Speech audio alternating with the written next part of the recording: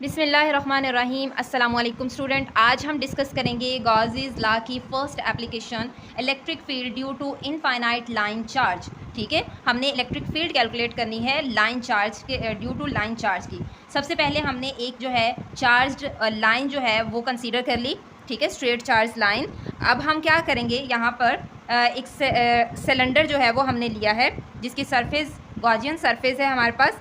यहाँ से यहाँ तक जो है उसका रेडियस है r। इस सिलेंडर की लेंथ हमने जो है l रख ली यहाँ से यहाँ तक।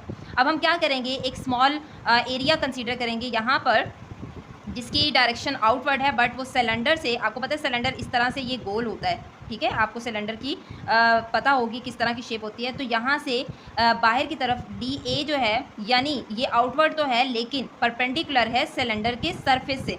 ठीक है, सिलेंडर के सरफेस से जो है वो परपेंडिकुलर है। इसी तरह इलेक्ट्रिक फील्ड लाइंस भी इसी डायरेक्शन में जा रही हैं। मींस इस प्लेस पे हमारे पास थीटा जो है वो होगा 0 डिग्री। ठीक है, यानी पैरेलल। इलेक्ट्रिक फील्ड की लाइंस भी उसी डायरेक्शन में है और एरिया वेक्टर भी उसी डायरेक्शन में है।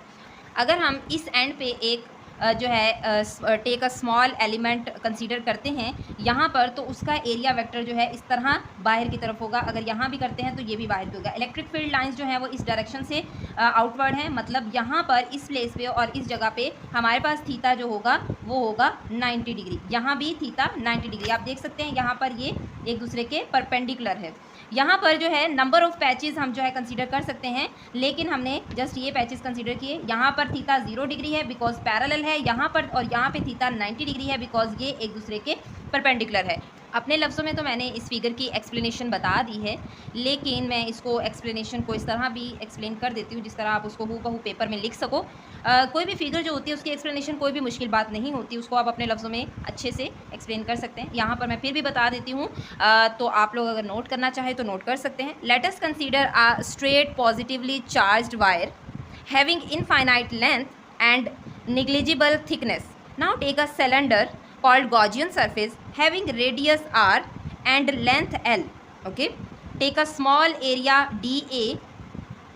The electric field and area vector is parallel at this point. Then theta is equal to 0 degree, and this end is area vector and electric field lines, yani one end area vector and electric field lines is perpendicular to each other. So theta is equal to 90 degree. बहुत सारे लोग इस derivation को direct कर देते हैं। Means ये तो ऑब्वियस बात है कि थीटा अगर 90 है तो यहाँ पे हम जो है इलेक्ट्रिक फ्लक्स 0 रख सकते हैं, और यहाँ पे कॉस 0 जब पुट करेंगे तो 1 आएगा। जस्ट इसकी भी डेरिवेशन कर सकते हैं, लेकिन इस तरह आपको डायरेक्ट समझ नहीं आएगी, तो मैं ये जो 0 कैसे आ रहा है इसको भी कर रही हूँ ताकि आपको समझने में आसानी रहे। देखिएगा, electric flux one circular surface, इस वाली सरफेस का इलेक्ट्रिक फ्लक्स φ1 का, इसको मैंने नाम दे दिया is equal to integral close की बात हो रही है, क्लोज सिलेंडर की बात हो रही है, E dot D A. Same बात है, E D A cos theta आ गया। यहाँ पर थीटा की प्लेस पे 90 डिग्री पुट किया। वी नो दैट 90 cos 90 0 होता है। यहाँ पे 0 आया तो इसने पूरी टर्म को 0 कर दिया। 0 को किसी भी चीज़ से मल्टीप्लाई करे तो वो पूरी टर्म 0 हो जाती। φ1 मेरे पास 0 आ गया। सेम इसी तरह इलेक्ट्रिक फ्लक्स फाइंड करेंगे सेकंड सर्कुलर सरफेस का, यानी इस वाली सरफेस का, तो मेरे पास इसमें भी सेम ही रिजल्ट आएगा। आप देख सकते हैं यहाँ पर जब मैंने 90 डिग्री पुट किया तो मेरे पास 0 आंसर आया, यानी φ2 भी 0 आ गया। अब हम जो मेन कैलकुलेशन करेंगे वो φ3 पे करेंगे, यानी यहाँ पर जहाँ पे थीटा 0 डिग्री है, पैरेलल बन रहा है इलेक्ट्रिक फील्ड और एरिया वेक्टर, तो यहाँ पे हमारे पास कुछ ना कुछ रिजल्ट आएगा बिकॉज थीटा कॉस 0 जो होता है वो 1 के इक्वल होता है। इलेक्ट्रिक फ्लक्स जो है कर्व्ड सरफेस का हमने फाइंड किया। φ3 is equal to integral close E dot D A, E D A cos theta आ गया यहाँ पे, और यहाँ पे कॉस जो है वो 0 डिग्री पुट किया। क्यों पुट किया इसके आपको अच्छे से पता है। यहाँ पे मेरे पास 1 आ गया है। अब ई बिकॉज कांस्टेंट होता है तो इसको मैं बाहर ले सकती हूँ, और ये हो गया हमारे पास area vector integral area D A. अब सिलेंडर का होल एरिया जो होता है वो हमारे पास होता है 2 पाई आर। इसमें हम एक और चीज़ इंक्लूड कर रहे थे, लेंथ, आपने फिगर में देखा होगा, तो हम साथ में लेंथ एल भी लेंगे। अब मैं पूरे इसकी प्लेस पे जो है 2 पाई आर एल पुट कर सकती हूँ। यहाँ से मैंने ये पुट किया तो ये मेरे पास आ गया φ3। अब आप देखिएगा, मैंने नेट फ्लक्स यानी टोटल फ्लक्स इलेक्ट्रिक फ्लक्स निकालना है, तो मैं क्या करूँगी, यहाँ से मैं टोटल फ्लक्स निकालने के लिए φe electric flux is equal to φ1 plus φ2 is equal to φ3 रखूँगी। फिर मेरे पास जो है नेट फ्लक्स निकलेगा। ये दोनों तो 0 आए थे, यहाँ पे 0 रहे, और पाई 3 जो है वो मेरे पास ये आया था। तो इस तरह टोटल इलेक्ट्रिक फ्लक्स जो है वो मेरे पास आया E2 पाई RL, ठीक है। मैंने जैसे स्टार्ट में बताया था कि इस डेरिवेशन को बहुत सारे लोग डायरेक्ट करते हैं वहीं से, कि वो जो हमारे पास 90 cos 90 पुट करके 0 आता है, तो वो डेरिवेशन बहुत सारे लोग करते ही नहीं हैं, स्टार्ट ही यहीं से लेते हैं। लेकिन अगर हम वो करेंगे तो तभी हमें पेपर में नंबर मिलेंगे, तभी एक अच्छी पेपर प्रेजेंटेशन आएगी। तो यहाँ से देखिएगा, मैंने इसको कह दिया इक्वेशन नंबर 1। अब we know that Gauss's law से हमने जो फॉर्मूला निकाला था phi E is equal to Q over epsilon naught. अब ये तो आपको रट जाना चाहिए, ये बार बार बताने की ज़रूरत भी नहीं है। अब देखिएगा यहाँ पर हमारे पास ये इक्वेशन 1 और ये इक्वेशन 2, इन दोनों इक्वेशन को मैं कंपेयर कर सकती हूँ because left hand side are same. Comparing equation 1 and 2, now we have E2 pi RL is equal to Q over epsilon naught. यहाँ पर मेरे पास E बाहर निकाल लिया, is equal to Q over 2 pi RL epsilon naught. अब देखिएगा यहाँ पर मेरे पास जो है, आपको पता है लीनियर चार्ज डेंसिटी हमारे पास क्या होती है, आपने लीनियर चार्ज डेंसिटी हमने पढ़ा था। लीनियर चार्ज डेंसिटी जो है हमारे पास क्या होता है, वैसे तो वो मैंने डिटेल में लेक्चर दिया है चार्ज डिस्ट्रीब्यूशन वाला, जिसमें हमने linear charge density, surface charge density और वॉल्यूम चार्ज डेंसिटी पढ़ा था। अगर आपको वो लेक्चर नहीं लिया तो वो आप ले लें, उसका लिंक जो है वो मैं डिस्क्रिप्शन में दे दूँगी।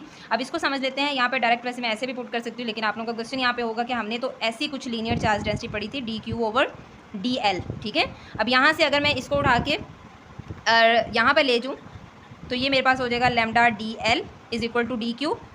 बोथ साइड इंटेग्रल अप्लाई कर देंगे, ये हमारे पास कांस्टेंट वैल्यू है, ये आ जाएगा मेरे पास DL is equal to Q, ठीक है। इंटेग्रल डेरिवेशन ने इंटीग्रेशन को कैंसिल कर दिया। यहाँ से देखिए Q हमारे पास, अगर मैं यहाँ से लैम्डा निकाल लूँ तो मेरे पास क्या बनता है Q ओवर L, यानी सेम वही वाली चीज़ बन गई जो मैंने यहाँ पे हिंट दिया हुआ है, यानी lambda is equal to Q over L। अब इस प्लेस पे जो है इस Q ओवर L की जगह पे मैं एक new term linear charge density lambda जो है वो पुट कर सकती हूँ। तो यहाँ से मेरे पास आ गया E is equal to lambda over 2 pi R epsilon naught. ये है जी electric field due to line charge. तो यही हमने कैलकुलेट करनी थी। यहाँ तक भी ठीक है रिज़ल्ट, लेकिन हम इसको मज़ीद जो है वो सिंप्लीफाई कर सकते हैं अगर आप करना चाहें। तो ये हमारे पास 1 ओवर 2 पाई एप्सिलॉन नॉट इसके इक्वल होता है। वी नो दैट कि ये हमारे पास K कांस्टेंट के इक्वल होता है। तो यहाँ से E is equal to K lambda divided by R। उम्मीद कर सकती हूँ कि आज के लेक्चर की आपको अच्छे से समझ आई होगी। हमने एप्लीकेशंस जो है वो गॉसेस लॉ की स्टार्ट कर दी हुई हैं। अगर मैं आपको टास्क बता दूँ कि हम एप्लीकेशंस जो हैं सारी किस तरह से करेंगे, उसमें हम सबसे पहले चार्ज डिस्ट्रीब्यूशन यूज़ करेंगे, चाहे वो लीनियर चार्ज हो, सरफेस चार्ज हो, वॉल्यूम चार्ज हो, डिपेंड करता है। और उसके बाद हम क्या करेंगे, इलेक्ट्रिक फ्लक्स जो है, जो हमने फार्मूला लिया ये वाला इलेक्ट्रिक फ्लक्स वाला, ये फार्मूला यूज़ किया करेंगे clause integral E dot DA। और उसके बाद हमने जो है गॉस लॉ का जो फार्मूला इलेक्ट्रिक फ्लक्स वाला निकाला और ये यूज़ करेंगे। हर एप्लीकेशन में हमारे पास ये तीनों चीज़ें यूज़ होगी, चार्ज डिस्ट्रीब्यूशन और ये इलेक्ट्रिक फ्लक्स और गॉसेस लॉ। तो हमारे पास जो है वो डिराइव हो जाया करेगा पूरा expression. Thank you so much, जज़ाकुमुल्लाह खैर।